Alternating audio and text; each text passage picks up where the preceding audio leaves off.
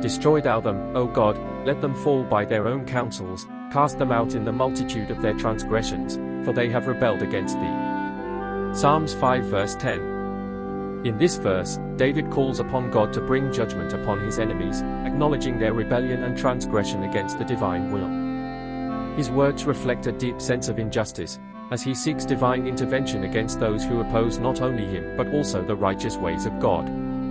David's plea for destruction highlights the seriousness of the enemy's actions and their defiance against God's authority. This verse contrasts the righteousness of God with the evil intentions of the wicked, emphasizing the inevitable downfall that comes with rebellion against God. Destroy thou them, O God. David begins with a direct plea to God for destruction upon the enemies. This call is not one of personal vengeance, but a request for divine justice.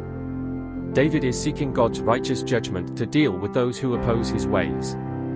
By invoking God's name, David recognizes that only the Creator has the power and authority to bring about the rightful consequences for the wicked.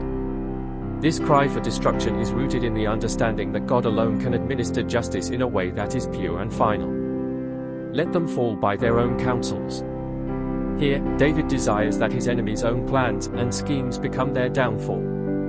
The wisdom and strategies they have plotted against him will turn back upon them. Their own deceit and treachery will be the cause of their undoing. This speaks to the idea that the wicked often build their own traps, and in the end, those traps become the very means of their destruction. It also illustrates the principle of divine justice, that the evil done in secret will eventually be exposed and brought to account.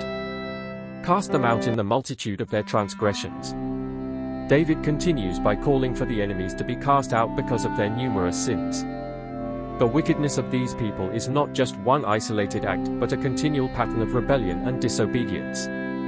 Their many transgressions have accumulated to the point of no return, and David asks God to remove them from his presence and protection. The multitude of their sins indicates their hardened hearts and unwillingness to turn back to God. This part of the verse emphasizes the seriousness of prolonged disobedience and the consequences that inevitably follow. For they have rebelled against thee. David's final statement provides the reason for his plea: the enemies have rebelled against God. Their actions are not merely against David but against the Almighty himself. Their rebellion signifies a deeper, more grievous offense because it is not just a personal attack on David, but an assault on the sovereignty of God. By acknowledging their rebellion, David highlights the central issue: the enemies have chosen to defy God's law and order, and their defiance cannot go unpunished. Conclusion. Psalms 5 verse 10 is a prayer for divine retribution against those who have persistently rebelled and sinned against God. David's plea for their downfall is not a cry of personal vengeance, but a request for God to bring justice to those who have acted wickedly.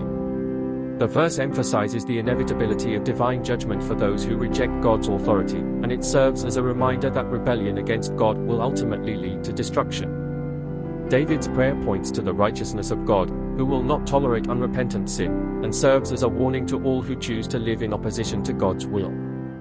It also calls for trust in God's justice, recognizing that He alone is the one who can rightly judge the hearts of men.